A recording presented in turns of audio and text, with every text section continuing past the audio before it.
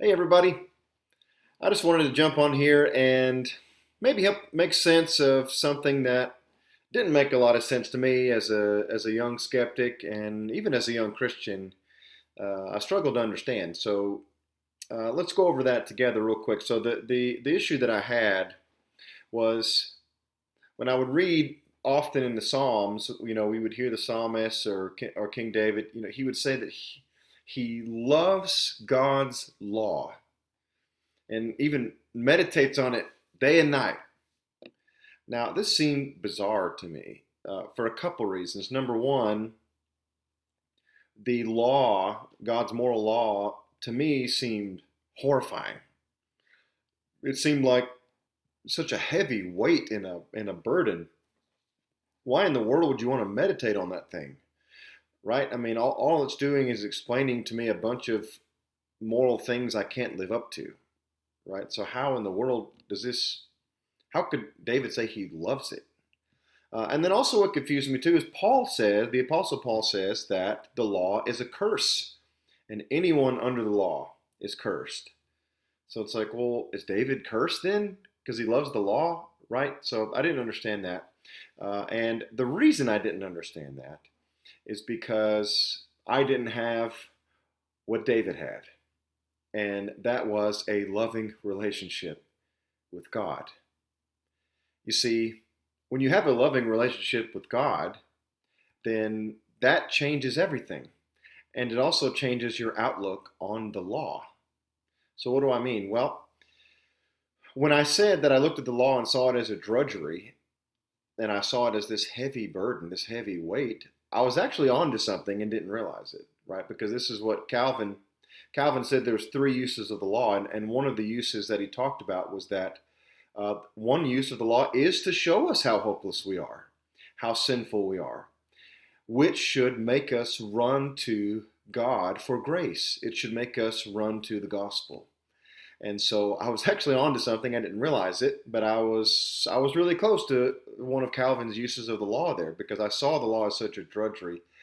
I just at that time didn't see it as something that could actually help me get grace and get a loving relationship with God. I didn't see it that way, but I would later on in life. And then, when Paul says that the law is a curse, well, he's absolutely right. The law is a curse for anyone who does not have a relationship with God through Christ. Of course it is. Without Christ, the law condemns us. It chokes us to death because we cannot live up to the law. But Christ did. Christ lived up to the law in our place. And now the only thing required of us is faith in him and what he has done. Therefore, the law takes on new meaning for us. The law takes on a meaning where we can read God's moral laws, like the Ten Commandments, for example, and we can see them as really two things. Number one, it reveals the character of God, that if we have faith in Christ and through him we have a relationship and we love God, and so we should love the law in that way, right? Just like David did. David loved the law because he loved the lawgiver. And so the law is revealing the nature of God to us. So when God says, for example, thou shalt not lie. Well, what he's saying is that he is a truth teller. He never lies. He always tells the truth. And so the law gives us a peek into the character of God, which we should love if we love God, right? And so David did, and that's why he loved the law. And another reason David loved it, and we should love it too, is that it shows us how we can please God, right? We're not earning our salvation or we're not being justified by the law. We're only justified by faith. But by the law showing us who God is and what he loves, it gives us a chance to worship. The law is really a tool for worship now. So, for example, when I first met my wife, we were just dating. I had a lot of conversations with her friends. I creeped on her, I guess it was a MySpace page back then. Creeped on her MySpace page. Like, I wanted to find out what she was about, what she liked, what she loved. Why did I want to do that? Well, I wanted to see what kind of music she liked, what kind of movies she liked, what she was into.